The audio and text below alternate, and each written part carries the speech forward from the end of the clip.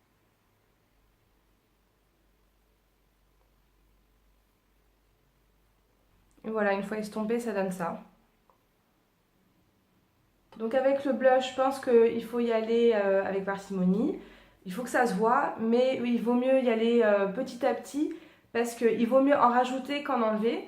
Quoique c'est possible, c'est-à-dire que si jamais vous en avez mis trop, vous prenez votre poudre transparente ou votre poudre naturelle, surtout pas le fond de teint, parce qu'une fois qu'on a mis les liquides, donc je pars du principe que votre fond de teint ou votre bébé crème est liquide, vous pouvez pas remettre vous pouvez pas remettre du liquide sur de la poudre, sinon vous allez faire des paquets. Donc si vous avez une poudre, paf, vous reprenez de la poudre et vous effacez ce que vous avez fait si vous n'êtes pas satisfaite. Voilà, une poudre transparente, ça ira très bien. Donc ça, c'est une autre petite technique que je vous donne. Le point crucial de cette vidéo, donc c'est quelle couleur choisir. Il faut d'abord savoir quel genre de couleur est votre peau. Évidemment, je vais vous donner des règles, mais en maquillage, les règles, elles sont faites pour ne pas être suivies. Voilà, si vous avez envie d'utiliser votre crayon à lèvres dans les yeux, c'est avec plaisir, chacun fait ce qu'il veut. Donc moi, je vous donne des grandes règles, et puis vous ne les écoutez pas, il n'y a pas de souci, c'est fait pour. Donc, si vous avez une peau plutôt rosée, blanche, c'est-à-dire que quand vous bronzez, vous rougissez, voilà, vous le savez, si vous avez une peau rose blanche, plutôt rose, ça va être une couleur froide, donc on va dire que c'est plutôt des couleurs froides. Des couleurs froides, c'est-à-dire qu'il y a du bleu dedans. Celui-là, par exemple, c'est une couleur froide, c'est un rose froid. C'est des teintes froides, ça veut dire que ça va aller vers le bleuté, vers le violet. A contrario, si vous êtes plutôt comme moi avec un sous-ton jaune ou doré, enfin jaune, oui, ça va de soi pour moi, mais en tout cas, si vous avez un teint plutôt doré, on va aller sur des couleurs plus chaudes, donc toutes les couleurs qui ont de l'orangé ou du rouge dedans. Ça, on est bien d'accord que c'est un orangé. Donc celui-ci d'Yves Saint Laurent, on est d'accord que celui-ci, il est orange. Et aussi, ça par exemple, ces deux-là, ce sont des couleurs froides. Ces deux blushs-là, ça c'est dans la palette de Noël de chez Too Faced. Donc ça, bien sûr, c'est une grande généralité parce que au-delà de ça, vous voyez bien que tout ça, c'est à moi et que moi, je suis jaune et que je vais rester jaune toute ma vie. Donc, de toute façon, vous voyez bien que j'ai des couleurs froides et des couleurs chaudes, alors que tout ça, c'est pour Bibi. Ça veut dire quoi? Ça veut dire qu'aussi, il faut prendre en considération son maquillage. C'est-à-dire que quand je vais maquiller avec la Naked Heat ou la Sweet Peach Palette de Too Faced, je vais plutôt utiliser des couleurs orangées, etc. Donc des couleurs chaudes. Je vais sortir plutôt ces couleurs-là. Mais par contre, quand je me fais un joli maquillage de soirée avec des tons marrons, des tons froids, des tons, je sais pas, roses, etc. Moi je mets celui-là, le Nars par exemple. C'est à vous de voir. Aussi, il y a le rouge à lèvres. Quel rouge à lèvres je vais mettre? Est-ce que je mets un rouge à lèvres dans les tons froids ou dans les tons chauds? Est-ce qu'il y a plutôt du bleuté, du violet dans mon rouge à lèvres ou plutôt du rouge ou de l'orangé? Donc voilà, c'est tout ça à prendre en considération et donc à faire votre choix. Alors, c'est pas la peine d'en avoir 18 comme moi, mais vous pouvez en avoir deux quoi. Un rosé et un orangé et voilà, ça vous fait toute votre vie et il n'y a pas de souci. Celui-ci par exemple, je l'adore, c'est un de chez Sleek. Il est très spécial, il s'appelle Suède, j'ai eu beaucoup de mal à le trouver. Et en fait, on dirait presque une poudre bronzante. Il est beige, orangé. Là, ça y est, là, on le voit. Et bien, ça, quand je me fais un maquillage de jour l'été, j'adore. Il fait hyper naturel, légèrement orangé sur les pommettes. C'est génial. Et il y a autre chose aussi. Il y a beaucoup de jeunes femmes qui utilisent leur poudre bronzante comme blush. Donc, elle peut... Je ne sais pas si c'est une erreur ou si c'est volontaire, mais je crois qu'elles essayent de faire du contouring en mettant le blush ici. La poudre bronzante en blush ici, comme Kim Kardashian, sauf que c'est une erreur puisque le contouring c'est vraiment au niveau des dents ici qu'on le passe, là et là. Et donc de faire ça, je trouve que ça fait pas vraiment en bonne santé. Ensuite, il y a une autre erreur qui peut être faite, c'est quand on a la coupe rose ou des rougeurs, c'est souvent ici. Et donc j'ai déjà entendu des femmes me dire « Ah non mais moi je mets pas de blush parce que je suis déjà super rouge, c'est une catastrophe. » Donc, alors c'est pas une catastrophe d'être rouge là, mais c'est vrai que c'est pas très agréable, donc, mais par contre ça n'empêche vraiment pas de mettre du blush parce que d'abord on corrige, c'est-à-dire qu'on peut mettre une base verte qui va contrecarrer les rougeurs. Si on ne veut pas la mettre parce qu'on n'a pas le temps, on ne le fait pas, mais par contre on va mettre du fond de teint qui va unifier, donc avoir la même couleur partout. Et comme je l'ai dit au début de la vidéo, une fois qu'on a unifié, si on ne met pas les volumes au bon endroit, c'est assez dommage parce que ça fait vraiment un visage de placard. Donc, au contraire, on corrige, ça veut dire enlever les rougeurs là où elles sont. Et on corrige, on met les rougeurs, donc le blush, là où il doit être. Maintenant, donc, je vais vous donner une dernière astuce de star. Vous voyez, quand vous voyez Eva Longoria ou Blake Lively sur le tapis rouge, elles ont des pommettes comme ça. Donc c'est une histoire de volume, et le volume, c'est une histoire de lumière et d'ombre. Voilà comment on va s'y prendre. Je vais vous faire une petite démonstration. C'est tout simplement du contouring, comme d'habitude. Donc, on va prendre une poudre bronzante, comme ceci, mat de préférence. Enfin, moi, je préfère. Et donc le blush, il est à sa place, on est d'accord. On prend un pinceau fin, et là on fait le poisson. Et là on vient juste sous le blush. Donc si on creuse ici, et bien ça du coup à côté, c'est mis en valeur. Comment finir de la mettre en valeur? Ben, on met de l'highlighter. Donc là c'est le Too Faced aussi. C'est le Candlelight de chez Too Faced. Oui qu'il est beau, qu'il est beau. Et là, on le met au-dessus du blush, donc juste ici.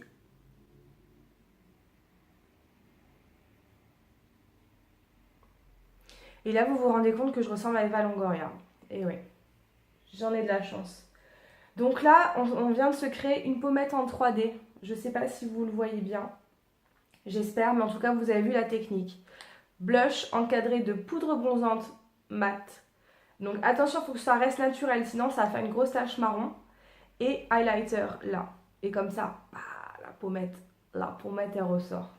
Et voilà, les astuces de Lolo. Donc voilà les filles, c'est tout pour cette vidéo qui est déjà longue. J'espère qu'elle a été claire et complète. Si vous avez d'autres questions, bien sûr, je suis à votre écoute. Si vous avez d'autres envies de vidéos techniques de ce genre-là, je suis à votre écoute. Et si vous en avez marre de m'écouter parler, je suis à votre écoute. Merci d'avoir regardé, abonnez-vous et à bientôt.